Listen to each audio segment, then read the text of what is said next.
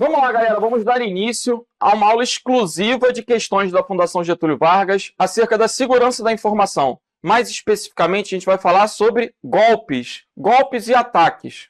Então, vem comigo. Para a gente começar a trabalhar, eu tenho que deixar claro que o material disponível em cartilha.cert.br é o material que vocês devem utilizar como referência. Nesse link, vocês podem fazer o download de um livro. Um livro que é disponível gratuitamente, um livro em PDF. Eu recomendo muito que vocês utilizem esse material para a resolução das questões, beleza? Agora, vamos cair dentro. Vamos embora. Primeira questão, questãozinha da Alerj. Ataques cibernéticos podem causar graves prejuízos a pessoas e empresas. Por quê? A gente vive hoje uma era informacional, né? A gente passou pela era agrícola, pela era industrial e hoje a gente está na era informacional. Então, o maior ativo das instituições é a informação propriamente dita. Recentemente, João recebeu uma mensagem de alerta por e-mail com um pedido para ele atualizar seus dados cadastrais na página do seu Internet Bank. João não prestou muita atenção em quem enviou a mensagem, nem se era um remetente confiável, e clicou no link presente no corpo do e-mail que levou para uma página web réplica do website real criada por um cybercriminoso. Como a mensagem de e-mail e o website eram muito bem elaborados, João acreditou estar acessando algo verdadeiro e informou suas credenciais para acesso, quando na verdade ele as entregou a um criminoso. O que aconteceu aqui, pessoal? João foi vítima de um golpe chamado phishing scam. Na prova pode aparecer apenas phishing ou apenas scam. A ideia de phishing está associada a uma pescaria, só que é com PH mesmo. É uma pescaria de trouxa. Como assim? Ele joga uma isca e se você clicar no link, você cai na armadilha. A isca aí era a ideia de que o banco tinha enviado uma mensagem para recadastramento, para atualizar seus dados. E aí, o carinha clicou e caiu na armadilha. Atenção que o termo scam com N é diferente de scam com M. Quando eu penso em scam com N, eu tenho o conceito de varredura. Quando eu tenho o conceito de scam com M, eu tenho o conceito de tramóia. O que é isso? Trapaça. Que é a ideia da fraude. O M já faz toda a diferença. Então, o phishing scam ele vai estar associado sempre a uma fraude financeira.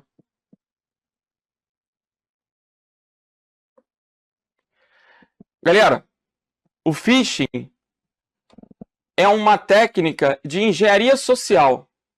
O que é isso? Vejam, a engenharia social é o nome que se dá à arte de ludibriar pessoas, se é que a gente pode chamar de arte, né? Mas as questões podem colocar dessa forma. Lembram de um filme chamado Prenda-me se for capaz? Onde o Leonardo DiCaprio lá tinha dezenas de profissões diferentes e enganando todo mundo? Aquilo era o quê? Engenharia social. Ele estudava para se fazer passar por. Então, essa técnica de ludibriar, de enganar, observem que ela não é exatamente uma técnica exclusiva de hacker, né? Existem diferentes estelionatários, muito 171 aí, que pratica a engenharia social. Então, o phishing é apenas uma das técnicas de engenharia social. Legal? Vamos para a resolução da questão, vamos ver. João foi vítima de um ataque cibernético denominado DDoS? Não. O que é o DDoS? É um ataque de negação de serviço distribuído.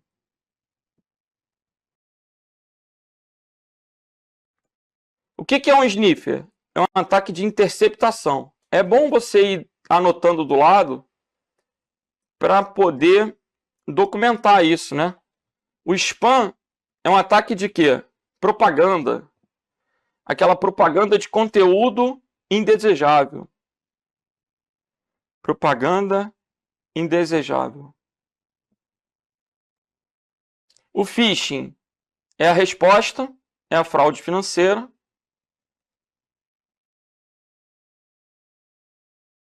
E o spoofing é a clonagem. Beleza? Então o gabarito aí é o que, gente? Letra D de delta. O phishing está associado a fraude financeira. Vamos que vamos. Vamos embora. No que diz respeito aos conceitos na área de proteção e segurança da informação, um termo é utilizado para designar alguns tipos de condutas fraudulentas que são cometidas na rede. Uma espécie de fraude que furta dados de identidade, como senhas de banco, números de cartão de crédito e informações confidenciais de empresas. Vejam que ele está atrelando a uma fraude que vai gerar o quê? Prejuízo financeiro. Então, isso já é a definição do phishing. O infrator utiliza as informações para fazer saques e movimentações bancárias ou outras operações em nome da vítima. Gabarito aí, letra A. Com certeza, vocês já receberam e-mails, né, solicitando a digitação de códigos de segurança do banco, ou e-mails prometendo vantagens financeiras. Ah, seu cartão de crédito foi aprovado. Clique aqui. Ah, você tem um empréstimo, né, de 20 mil aprovado com taxa de 0,1%. Você vai pagar 12 parcelas de R$ 1.500 e papapá, como se fossem coisas assim maravilhosas, né? E aí você tem que se ligar que isso é o quê? Essas ofertas que são muito, muito vantajosas, comumente são técnicas de phishing. Lembrem que não existe esse papo de dinheiro fácil. As instituições financeiras, elas normalmente não enviam e-mail requisitando senhas, a digitação de dados pessoais, porque a gente sabe que isso é típico de golpes, de fraudes. Legal? Então o gabarito aí é o que, gente? Letra A de alfa. O sniffing. Aí a gente vai retornando às definições. O sniffing é a interceptação. Cooking. A gente não tem esse conceito. Existe o conceito de cookie. Cookies são arquivos que vão armazenar dados acerca da navegação dos usuários. Mas não tem esse cooking como tipo de ataque ou tipo de golpe. Então, a letra C está fora. E bullying na escola, né, pessoal? Na rua, na escola. É o que a gente chama de zoação, no passado. Ô gordinho! Ô quatro olho! Isso, lógico, tem que ser combatido, né, mas é uma técnica de bullying que não tem a ver com a computação propriamente dita. Então, as alternativas C e D estão fora. Gabarito aí, gente. Letra A de alfa. Beleza. Vamos para a Sudene. Um usuário acessa sua caixa de mensagem e abre uma mensagem supostamente enviada pelo seu banco solicitando que ele acesse o site do banco e atualize alguns dos dados. Parece repetida. Vejam como são todas muito parecidas. Mas aqui a gente já observa que as alternativas são diferentes. O concurso é diferente. E essa repetição é que vai fazer com que você não esqueça na hora da prova. E também demonstra a relevância do tema. Quando eu vejo que o tema aparece numa única questão de 100, ele tem um peso. Quando eu vejo que o tema aparece em 30 questões de 100, aí, sem dúvida, a propensão a ser cobrado novamente é muito maior. O usuário, então, clica no link e um site idêntico ao banco aparece. Ele entra com a sua senha, atualiza os dados e os transmite. Depois de algum tempo, ele percebe que foi enganado, pois uma grande quantia em dinheiro foi retirada de sua conta. Assinale a alternativa que indica o tipo de ataque que ele sofreu. Ele sofreu um ataque de phishing. E aí, galera? E os outros ataques? Vamos lá. DOS, negação de serviço. Daniel. Pessoal, e o que é negar serviço? É fazer algo parar de funcionar. Quando um sistema fica inoperante devido a um ataque, ele sofreu um ataque de negação de serviço. E quando esse ataque de negação de serviço é realizado por muitas máquinas, ele passa a ser um ataque de negação de serviço distribuído. Então, na letra A eu vou colocar ataque de negação de serviço distribuído. E na letra C, só o ataque de negação de serviço.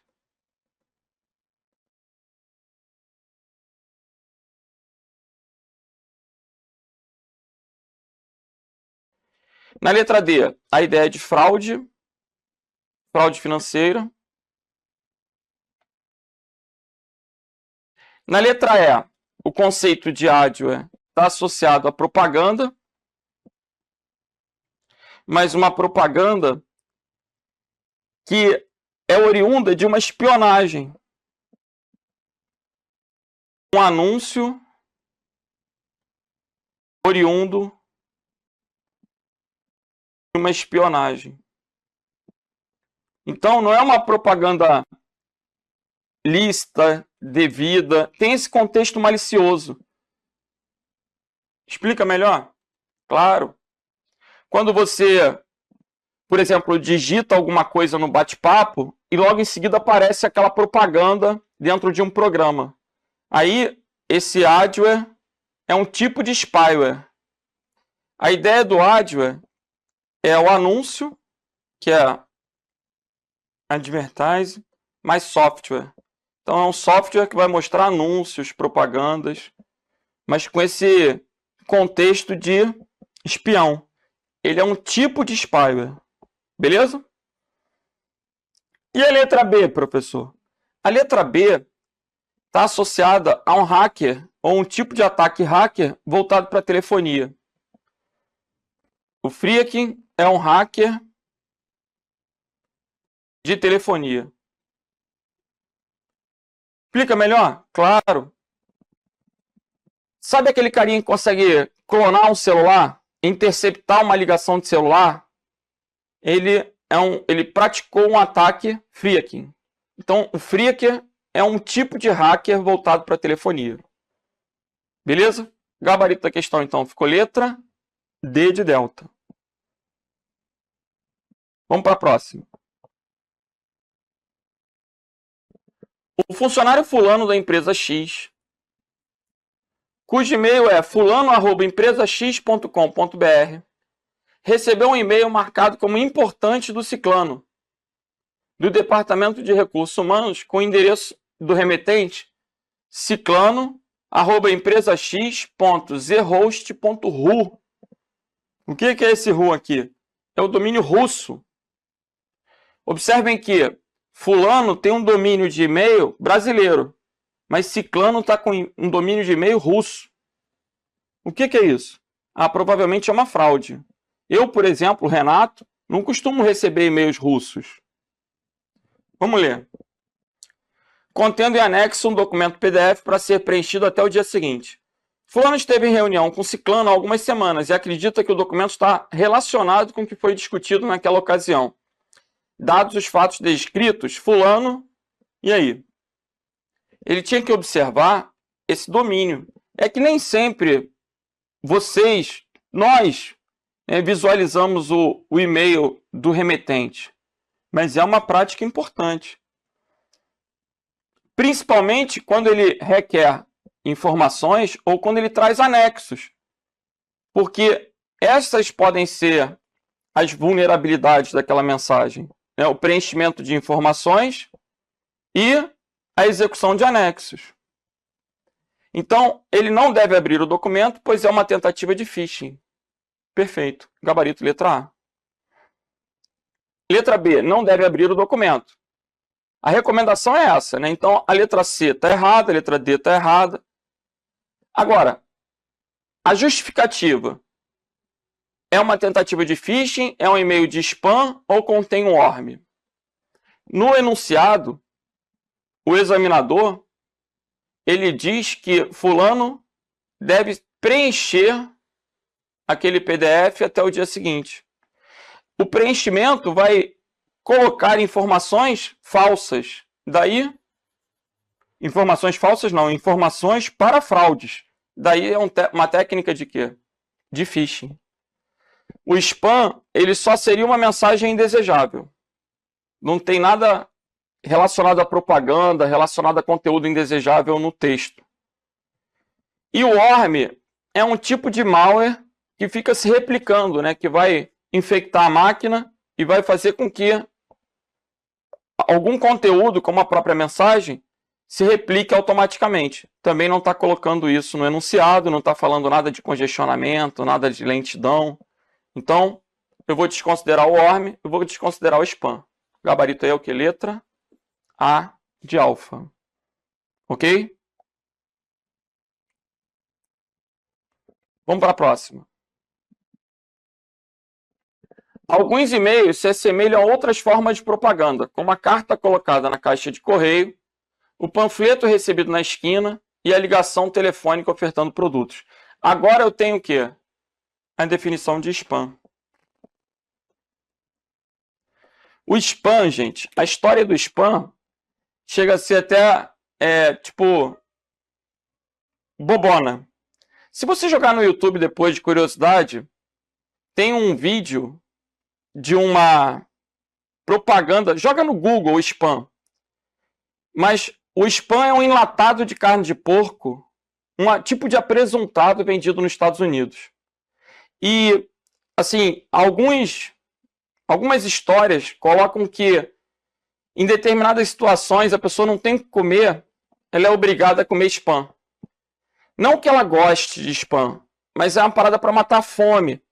Se eu quisesse fazer uma analogia aqui, é algo tipo um miojo, né, que você come rápido ali para matar a fome. Na madruga você não tem que comer, aí você come o spam.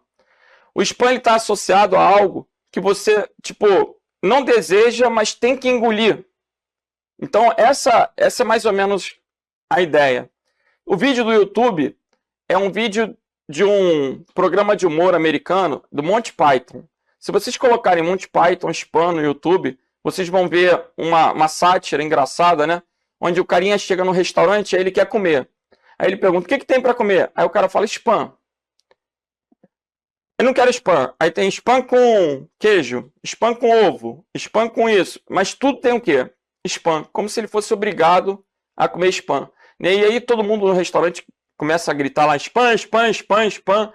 O spam está associado justamente, veja, sabe aquele período de eleições? Que você abre a tua caixa do correio e tem uma porrada de propaganda de vereador, de deputado, aí você fala assim, cara, eu não queria ter isso é lixo. Isso é spam. Mas como é que tu vai evitar que o cara coloque aquela propaganda lá? Você acaba sendo obrigado a engolir. Inclusive, o que a imagem da questão mostra. Um carinha lá colocando panfletos na caixa de correio. E como é que você vai repudiar isso? Quando você abrir, você vai ver que tem um monte de papel lá que não foi desejado, que não foi solicitado. Então, os e-mails não solicitados, com esse caráter indesejado, como propagandas que geralmente são enviadas para um grande número de pessoas em massa, são denominados spam. Então, o gabarito é a letra C de Charlie. Ok? Agora, a letra A está associada à atualização de conteúdo, é um serviço, não é vinculado à segurança da informação. Como assim? Nas redes sociais a gente tem muito isso, né? Feeds. Tipo, as pessoas te mandam, escrevem alguma coisa, aparece uma mensagem de atualização de conteúdo. A ideia de um feed. Meio que para te informar que aquela página foi atualizada, foi escrita, foi modificada.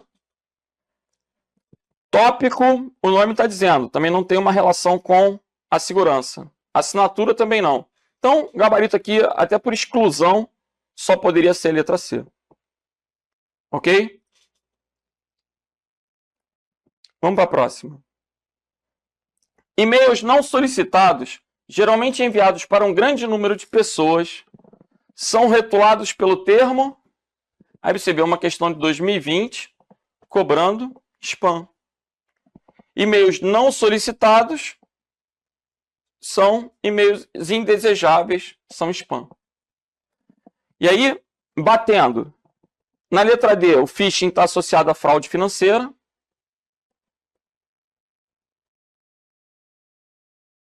Os cookies estão associados a arquivos de texto.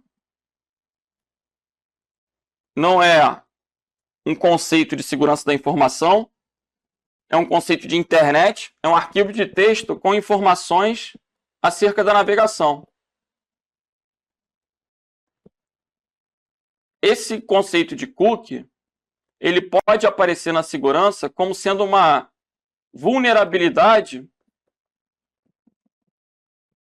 quanto à privacidade do usuário, né? Porque os cookies, eles vão ter dados da navegação. Entrei num site, fui ver uma passagem aérea. Daqui a pouco eu estou na rede social, está aparecendo propaganda de passagem aérea.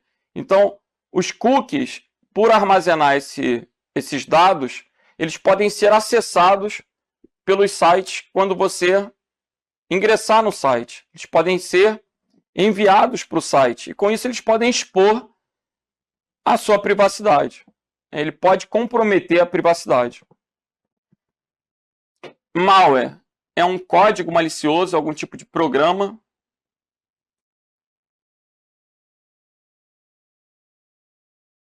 Então o gabarito aí ficou sendo o quê? Letra E. Ok? Vamos para a próxima. Uma frequente fraude online tenta fazer com que os usuários revelem informações pessoais ou financeiras por meio de uma mensagem de e-mail ou de um site web. Os usuários em uma mensagem de e-mail são direcionados para um site web que se faz passar por uma entidade de confiança do usuário, em que eles são solicitados a fornecer informações pessoais como um número de conta ou senha. Essas informações são então utilizadas em roubos de identidade. Esse tipo de fraude online é conhecida como, veja, fraude online. Só pode ser o phishing, porque o vírus é um tipo de malware. O cavalo de Troia é um tipo de malware.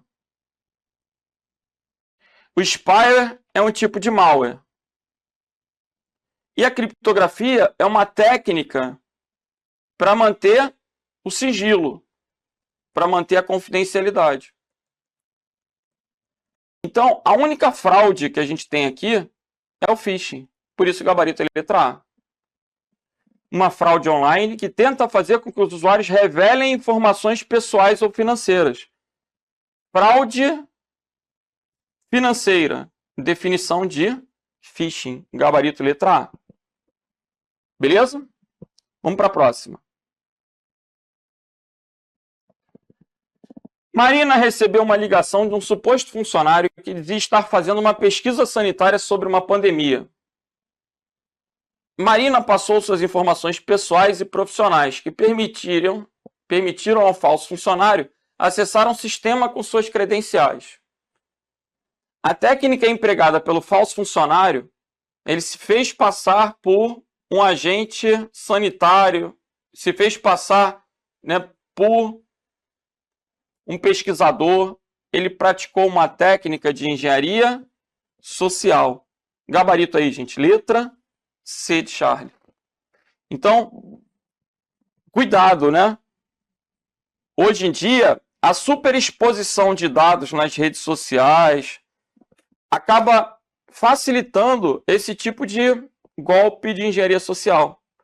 Porque hoje, se eu quiser obter dados acerca de uma pessoa, eu entro na rede social dela, tem data de aniversário, tem fotos com a família, consequentemente expondo o local onde a pessoa trabalha, estuda, onde os familiares estudam, onde a pessoa mora, o carro que ela tem, né? Muita ostentação nas redes sociais pode favorecer a prática de golpes. Quanto mais informação o carinha tem ao seu respeito, mais convincente ele pode ser na prática desse golpe. Então, cuidado, né, com a superexposição de dados na internet, nas redes sociais, por exemplo. Galera, engenharia social, gabarito letra C, suborno, você sabe pela palavra, não tem a ver com a computação. Sniffer tem a ver com interceptação.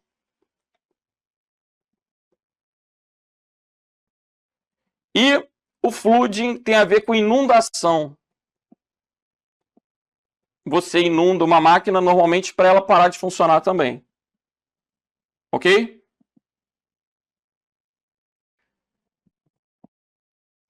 A letra A está associada a algum tipo de ataque de envenenamento, né? Aí depende do contexto onde essa palavra vai aparecer. Vamos lá, vamos para Banestes. Antônio recebeu uma mensagem SMS supostamente enviada pela segurança corporativa, orientando a clicar em um link para atualizar um cadastro. Ao fazê-lo, Antônio cai em um site falso, mas bastante parecido com o da empresa. Um site falso que vai obter dados sigilosos como nome de usuário e senha. Esse que é uma técnica de engenharia social, se aproveita da confiança depositada pelo usuário. Observem que o antivírus não combate isso, né, porque aqui, realmente, o elo fraco da corrente é quem? O ser humano. Por isso é muito importante que as empresas invistam em treinamento, em palestras, ensinem, passem informações para que os usuários não sejam vítimas desse tipo de ataque, que pode comprometer a instituição. Esse tipo de técnica de engenharia social, então, é chamada de phishing. Gabarito, letra B de bravo. Pessoal, o que é a letra A? Um tipo de malware. Cavalo de Troia, né? Se faz passar por um programa inofensivo, mas possui código malicioso escondido. Spoofing. Está sempre associado à ideia de clonagem. Backdoor. Uma porta dos fundos aberta, um tipo de malware. E o ransomware, programa que cobra resgate, criptografa arquivos da máquina do usuário para exigir o pagamento e liberar a senha. Um tipo de malware. Beleza? Então, gabarito aí ficou letra B. A letra B é um ataque de engenharia social. Um tipo de fraude, phishing, scam. Letra B de bravo. Vamos para a próxima. O tipo de ataque na internet em que pessoas comuns são contatadas por e-mail com mensagens que parecem genuínas, contendo nomes e informações que fazem referência a empresas conhecidas como bancos, porém contendo links disfarçados para arquivos maliciosos, é denominado phishing. Letra A, clonagem. Letra B, negação de serviço. Letra C, negação de serviço distribuído. Negação de serviço distribuído. Letra E, para mim não tem relevância. Beleza? Então, gabarito letra D de delta.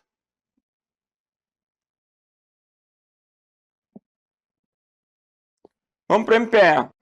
Roger é administrador de uma rede de uma empresa e tem recebido diversas reclamações dos usuários relatando que e-mails aparentemente enviados de uma origem, na verdade, foram enviados de outra. Alguns usuários também reclamaram que ao navegar para um site são redirecionados para outros. A rede que Roger administra pode ter sido vítima de um ataque que falsifica endereços IPs, e-mails e DNS, chamado de... Vamos ver. O ORM não é um ataque, o ORM é um malware. DDoS é o quê? Negação de serviço. Sendo que a diferença do DOS para o DDoS é que na letra C, essa negação de serviço é praticada por uma máquina. Enquanto na letra D, a negação de serviço é praticada por muitas máquinas. Então, na letra C eu tenho negação de serviço.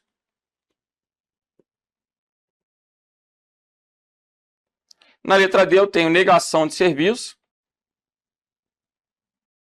distribuído. Tem alguma coisa no enunciado que fale que o sistema parou de funcionar? Não. Então não pode ser nem a C nem a D. A reclamação dos usuários é que eles navegam para um site, mas são direcionados para outro. Isso a gente pode falar de DNS spoofing. Olha aí. E-mails aparentemente enviados de uma origem foram enviados por outro. Aí é o e-mail spoofing. O spoofing é o que vai estar associado à ideia de quê? Clonagem. Então, imagina, eu recebi um e-mail, o remetente daquela mensagem, ele está trazendo um nome correto, né? O cabeçalho daquele e-mail é um cabeçalho válido, no sentido de trazer informações que são existentes, né? Só que a mensagem em si não foi enviada por aquele cabeçalho. Essa técnica é a técnica do e-mail spoofing. Quando o DNS fica comprometido, ele pode direcionar para uma página falsa. Essa técnica ela pode vir como farming, como DNS spoofing, ou até aquele DNS cache poison, né, que são técnicas de envenenar o DNS. Há diferenças sutis que podem distinguir o DNS spoofing do farming, mas de maneira genérica, a ideia do spoofing está sendo sempre associada à clonagem. Para ficar mais fácil de lembrar na hora da prova, a gente tem o caso do Sérgio Moro. Como assim? Vocês se recordam que o Sérgio Moro teve o celular dele, o WhatsApp, clonado? E as mensagens, a comunicação que era privada dele acabou sendo exposta na internet, o que levou a inúmeros problemas, investigações, enfim. Quando a Polícia Federal deflagrou a operação para prender as pessoas que fizeram isso, o nome da operação era spoofing. Justamente porque o spoofing foi a técnica usada para clonar o WhatsApp, né, para que ele pudesse, para que o hacker pudesse acessar o WhatsApp do Moro. Então, o spoofing está sempre associado a essa ideia de clonagem. Aí haverá vários tipos de spoofing: e-mail spoofing, DNS spoofing, IP spoofing. Talvez o mais tradicional, o mais assim, antigo é o IP spoofing. Legal? Gabarito da questão, letra A. Pessoal, e a letra B, flood, está associada à inundação. A inundação causa congestionamento e, consequentemente, negação de serviço. O flood é uma técnica de negação de serviço. Gabarito aí, letra A de alfa. Vamos para a próxima.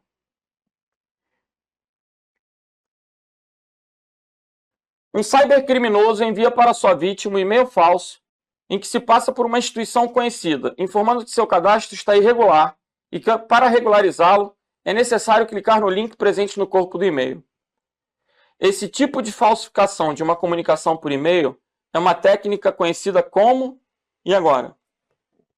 Um e-mail falso que se passa por uma instituição conhecida, que é o contexto de fraude, informando que seu cadastro está irregular.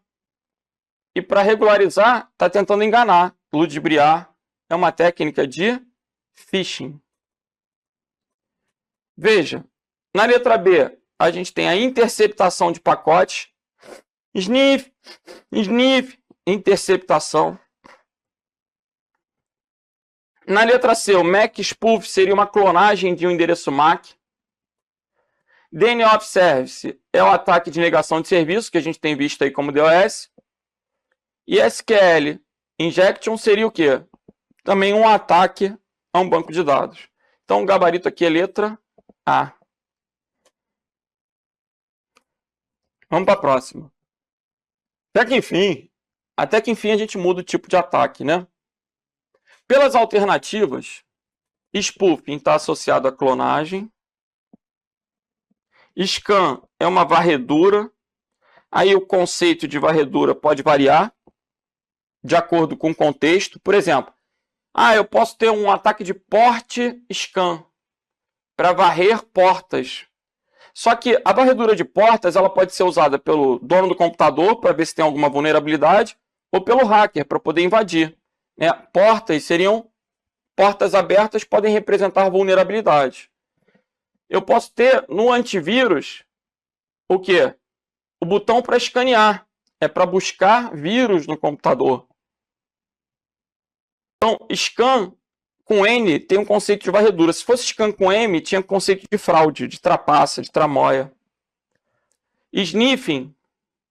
O que é isso? Interceptação, farejar, né? É buscar informações em pacotes que estão trafegando na rede. Na letra E, a gente tem a fraude.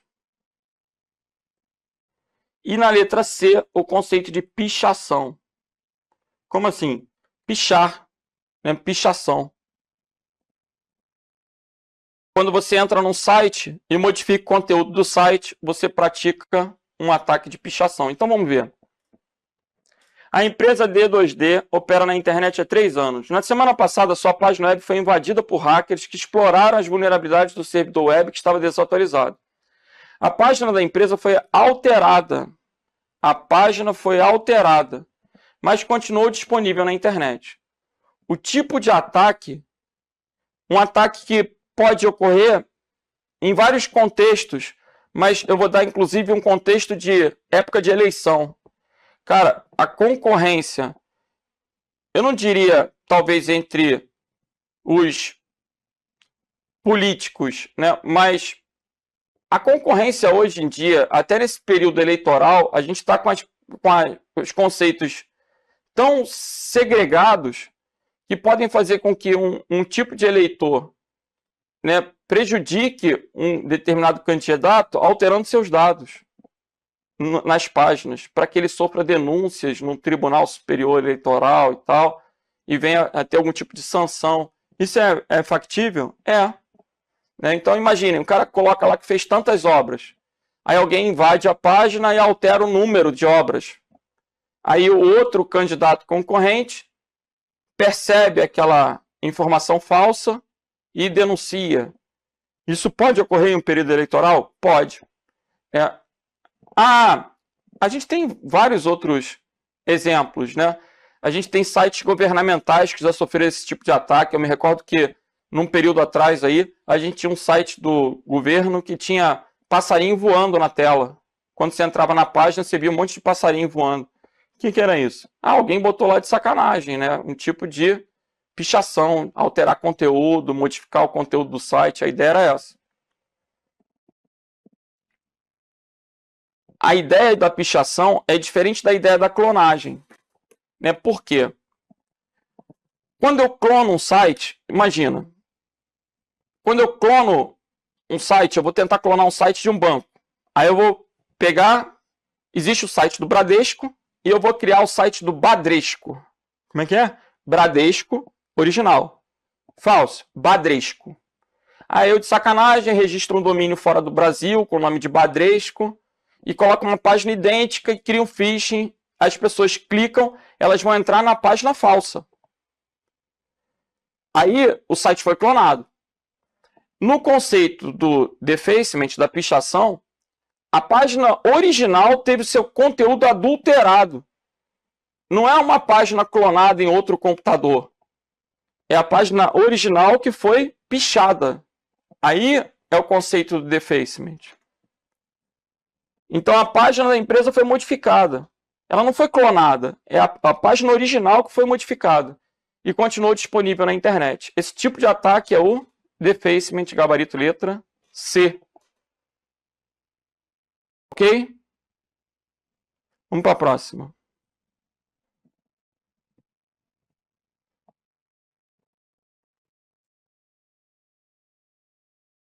Vamos lá, pessoal.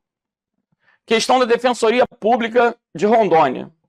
Uma das formas de ataque à segurança dos dados é o monitoramento de pacotes. Opa!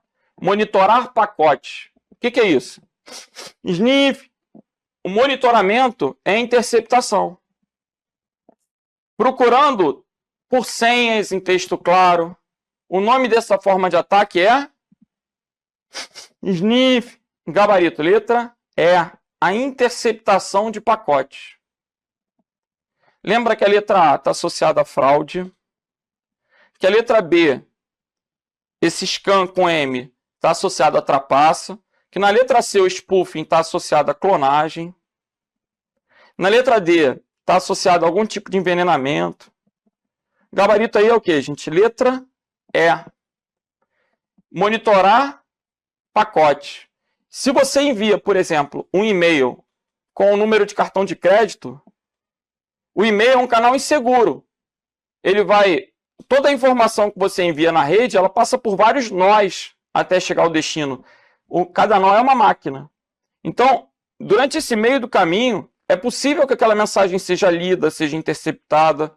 Você tem que evitar colocar informações sensíveis em canais inseguros.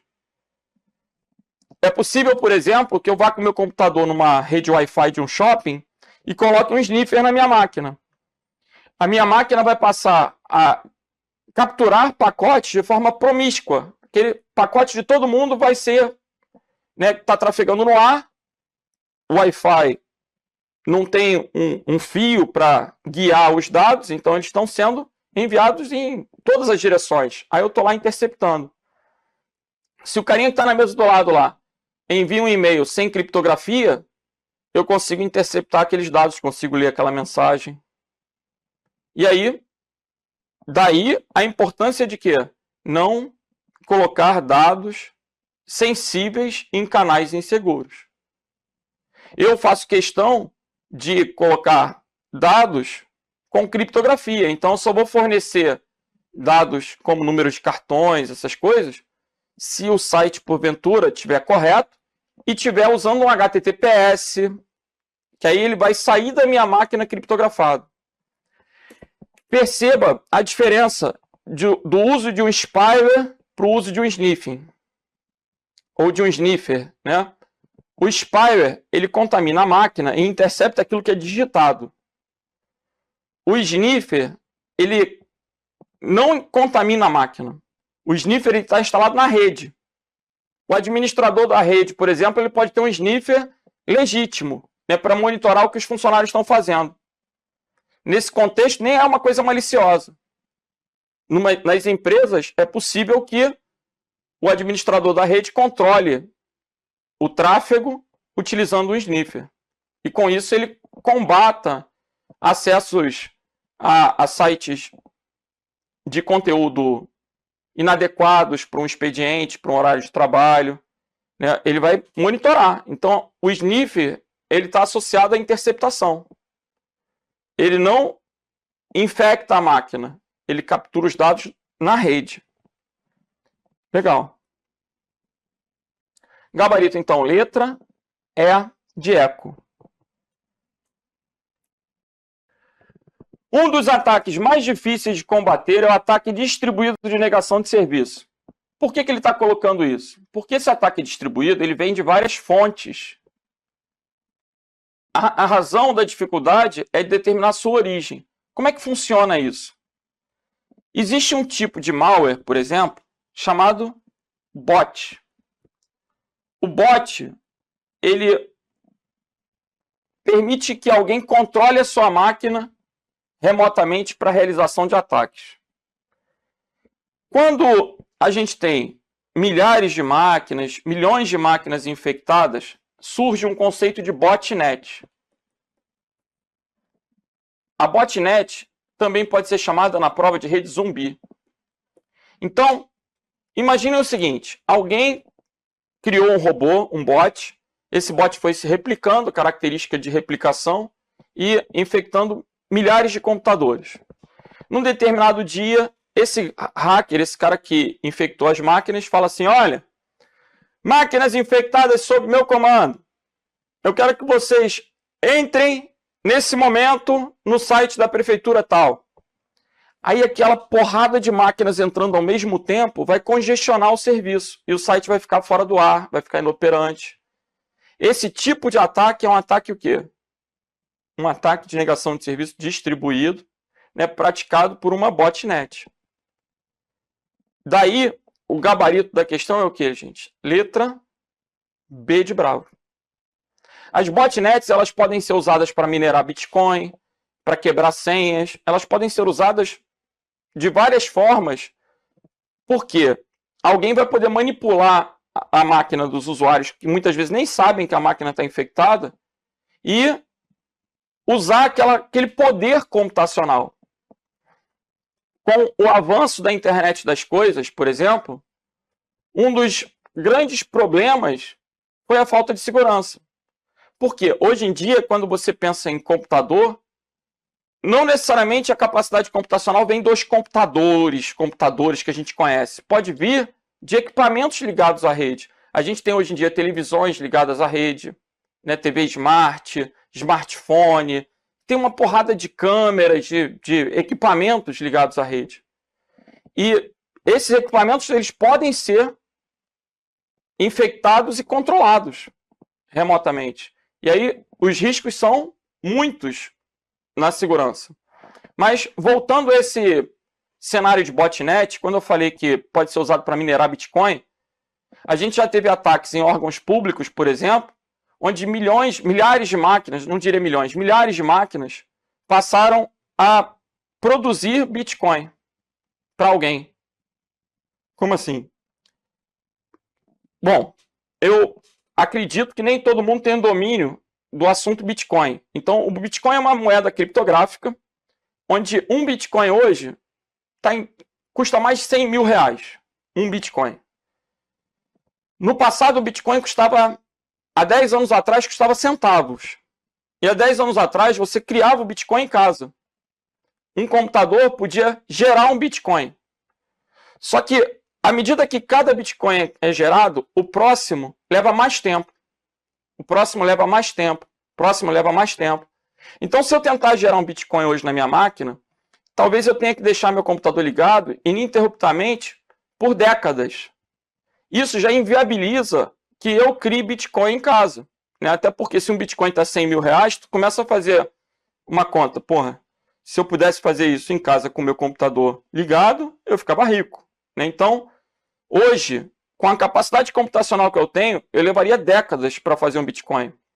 Então, há quem invista nessa criação de Bitcoin. Há, né, empresas poderosas que compram pools de computadores, conjuntos de computadores, clusters lá, para trabalhar em cima da criação de Bitcoin. Investem fortunas para poder produzir, minerar Bitcoin. Só que o hacker, quando ele contamina milhares de máquinas, quanto mais máquina tem fazendo aquela tarefa, menor é o tempo. Então, se ele contaminar milhares de computadores, milhões de computadores, talvez ele consiga produzir um Bitcoin, ao invés de décadas, em semanas, em dias, em meses. Né? E com isso, quem sabe ele não fica rico. Esse é um tipo de ataque praticado por uma botnet. Legal? Então, a ideia da botnet está associada ao quê? À rede zumbi. Um conjunto de máquinas que vai atuar de forma coordenada por um hacker, né, que é um meliante. Tá? Gabarito, então, letra B de bravo. Lembra que a letra A está associada à fraude, a letra C está associada à criptografia, resgate, a pagar para poder acessar os dados. A letra D está associada à interceptação. A letra E, scan com M, está associada a fraude também, trapaça. Então, gabarito aí ficou o quê, gente? Letra B de bravo.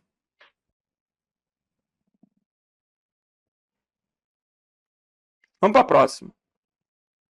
Considerando que um hacker comprometa milhares de hosts, hosts são máquinas conectadas à rede. O hacker comprometeu milhares de hosts ao redor do mundo, criando uma botnet, criando uma rede zumbi, com intenção maliciosa. Em determinada ocasião, comandados por um computador mestre, esses hosts executam um ataque conjunto a um determinado servidor web ou um determinado DNS, consumindo a largura de banda do servidor e comprometendo seu funcionamento. Ou seja, vão tentar entrar e não vai funcionar. Esse cenário descrito é típico de um ataque denominado DDoS. Porque as coisas pararam de funcionar, negação de serviço. Mas não é porque uma máquina enviou. É uma botnet. Uma porrada de máquinas ao mesmo tempo congestionaram, de forma distribuída. Então o gabarito aqui é o que, gente? Letra D de delta. Lembra que o worm é um malware que se replica. Um malware que cria congestionamento e que também pode ser usado para ataques de negação de serviço. Só que nessa questão ele já disse que foi uma botnet. Então a botnet ela pode ser usada para ataques de negação de serviço. Worms podem ser usados, botnets podem ser usadas, né? O servidor foi vítima de um ataque que fez a máquina parar de funcionar. Congestionou, DDoS. O spoofing está associado à clonagem, o phishing à fraude. Gabarito, então, letra D. Vamos para a próxima. Vamos que vamos. Fiocruz FGV 2010. Das alternativas a seguir, assinale a única que contém eventos que caracterizam uma tentativa de ataque do tipo força bruta. O que é um ataque de força bruta? Bom, deixa eu explicar. Eu gosto de explicar isso com o papo da academia. Gente, não parece não, né? Mas eu tenho ido à academia. E eu aluguei um armáriozinho para guardar meu tênis, guardo as minhas coisas na academia, para não deixar de malhar porque esqueci. Eu comprei um cadeadozinho com senha, porque toda hora eu perco chave. Eu falei, cara, se comprar chave não vai dar certo. Chave pequenininha de cadeado, vou comprar um cadeado com senha. Só que o raio da senha veio com cadeado e eu não sei trocar. Parece que não dá para trocar, eu tenho que usar o raio da senha do cadeado. E, conclusão, pega um feriadozinho, já é o suficiente para eu chegar na academia e não lembrar o raio da senha. E aí, isso é importante. Se eu tiver uma senha onde há 3 dígitos, e eu sei que esses dígitos são numéricos, eles podem variar de 0 a 9, eu tenho aqui o quê? 10 possibilidades, 10 possibilidades, 10 possibilidades. Eu tenho aqui 1000 combinações. Eu esqueci o raio da senha. Como é que eu vou fazer? Eu estabeleci a meta do seguinte: em 20 dias eu vou abrir. Cada dia eu tento 50 vezes. Então eu ia lá na academia, tentava de 0 a 50, de 0 a 49.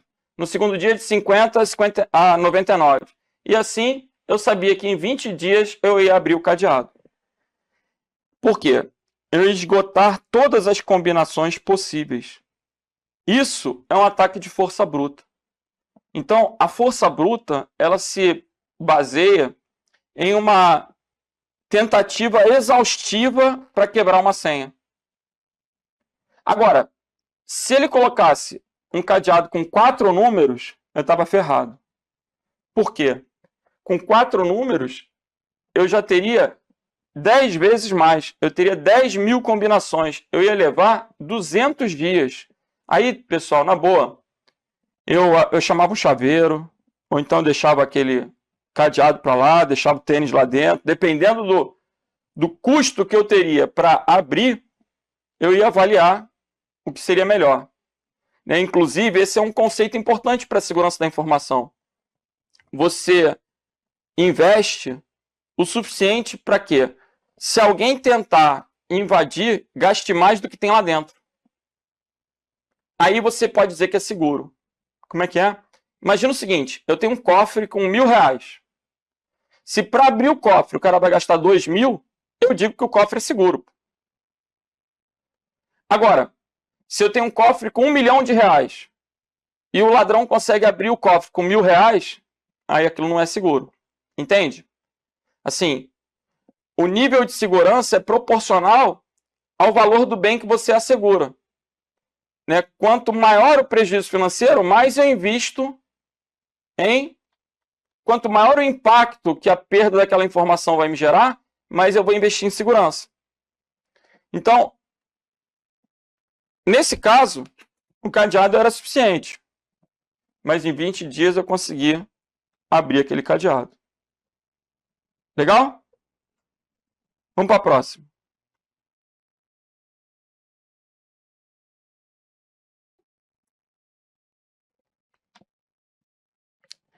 Das alternativas a seguir... Não, agora é justamente a resposta. Beleza, então vamos ver. Força bruta. Captura de dados sensíveis a partir de um programa espião? Não.